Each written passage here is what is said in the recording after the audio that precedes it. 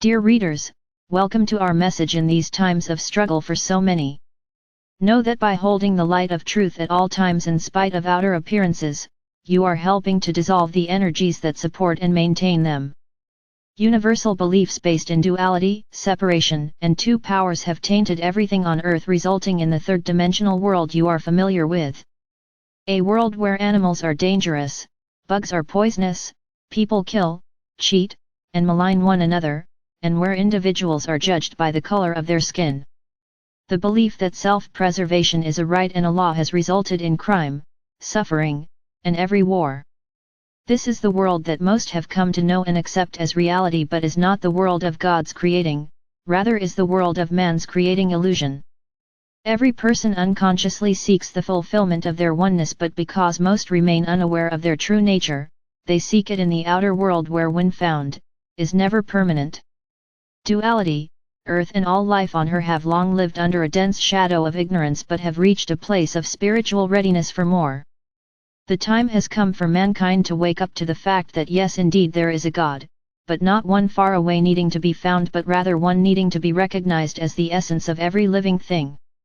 For too long mankind has been praying, to a concept made in man's image that lives in the sky with a list of who is naughty or nice in order to punish, condemn, or reward them according to rules created by human, conditioned minds that hold or have held in the past positions of religious or governmental authority.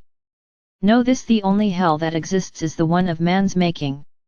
The whole evolutionary journey, every good, bad, or horrible experience, every thought, every belief or action taken throughout hundreds of lifetimes lived as male or female with black, white, brown, or yellow skin has been for the purpose of bringing every individual to a place of readiness for consciously knowing that their real identity, divine consciousness. At some point every person must accept and begin to live from the truth that their real identity, not the ego sense of self, is an expression of the one and only thing there is, divine consciousness. Because this thing is infinite, omnipresent, omnipotent, and omniscient, it can only express and manifest itself. Nothing else exists from which anything could be made. Every person's true identity as divine consciousness individualized makes them a creator, consciously or unconsciously creating from the contents of their state of consciousness. Divine consciousness is and will continue to express itself as infinite form and variety. Animals and all life expressions, both seen and unseen, are not meant to behave like or be compared in value to humans, because they are already perfect expressions of a divine idea in the mind of God with their own spiritual identity. Ideas of dangerous or poisonous, good or bad creations do not and have never existed in divine mind. In the world of God's creating, the lion lies down with the lamb, and humans, animals, plants, trees, bugs, all live in alignment as the one in expression.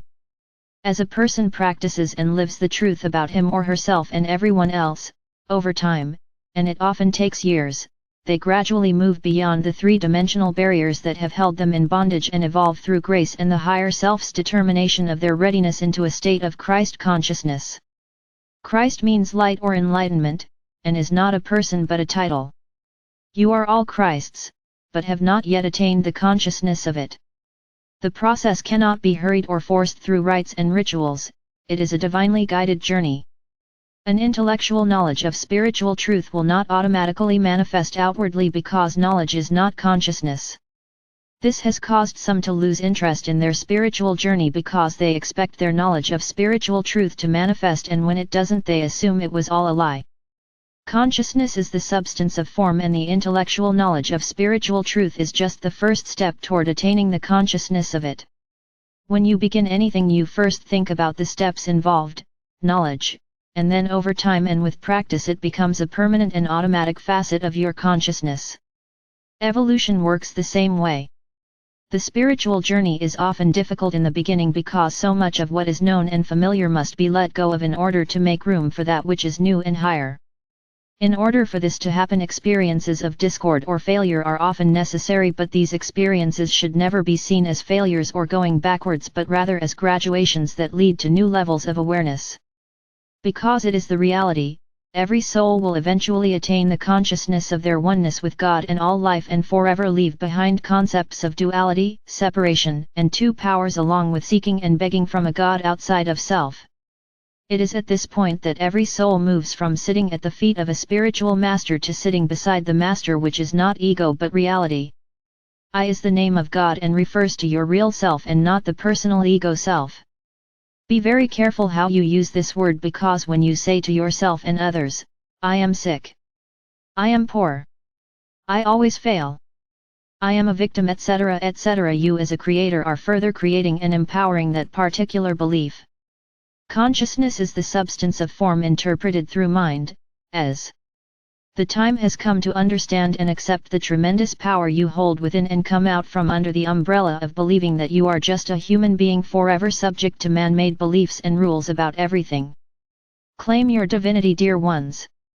You are ready.